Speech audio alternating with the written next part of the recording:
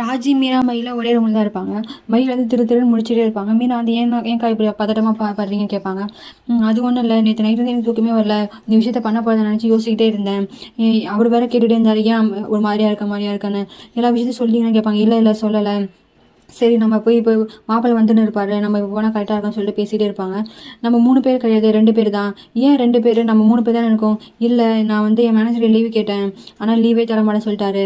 ஆனால் மீனா சொல்லுவாங்க, ஏன்க்கா இப்படி பண்ணிட்டீங்க? 3 பேர் ஒருத்தர் பேசுகிறேன்னா யாராவது பேசுவாங்கன்னு நினச்சேன், ஆனால் இப்படி பண்ணிட்டீங்களே, நான் என்ன பண்ணுறது? என் மேனேஜர் வந்து லீவே தர மாட்டாரு அப்படின்னு சொல்லிட்டு, நீங்கள் 2 பேர் மட்டும் போங்க, பேசிட்டு எனக்கு கால் பண்ணி சொல்லுங்கன்னு சொல்லுவாங்க.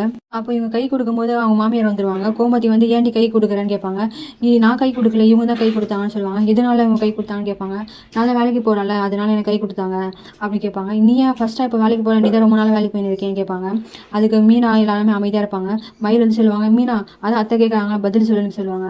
அதுக்கு மீனா வந்து சொல்லுவாங்க, அது இல்லை அத்தை, இவங்க வந்து ஆஃபீஸில் ரொம்ப நல்லா ஒர்க் பண்ணுறாங்களாம், மேனேஜராக ரொம்ப பாராட்டுறாங்களாம், அதுக்காக கை கொடுத்தேன் அப்படின்னு சொல்லுவாங்க. அதுக்கு கோமதி வந்து சொல்லுவாங்க, என்ன 3 பேரும் ஒரு மாதிரியாக இருக்கீங்க, ஏதாவது திருட்டு வேலை பண்ணுறீங்கன்னு கேட்பாங்க.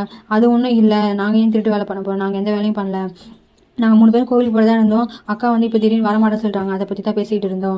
எந்த கோவில்னு கேட்பாங்க. கருமாரியம்மன் கோவில்னு சொல்லிட்டு ராஜி சொல்லுவாங்க. ரொம்ப நல்ல விஷயமா இருக்கே, நான் இந்த கோவிலுக்கு போகணும்னு நினச்சேன், ஆனால் இப்போ நீங்களே போகிறேன்றீங்க. அதுக்கு ராஜி சொல்லுவாங்க, பார்த்தீங்களா, நீங்கள் மனசு நினச்சதை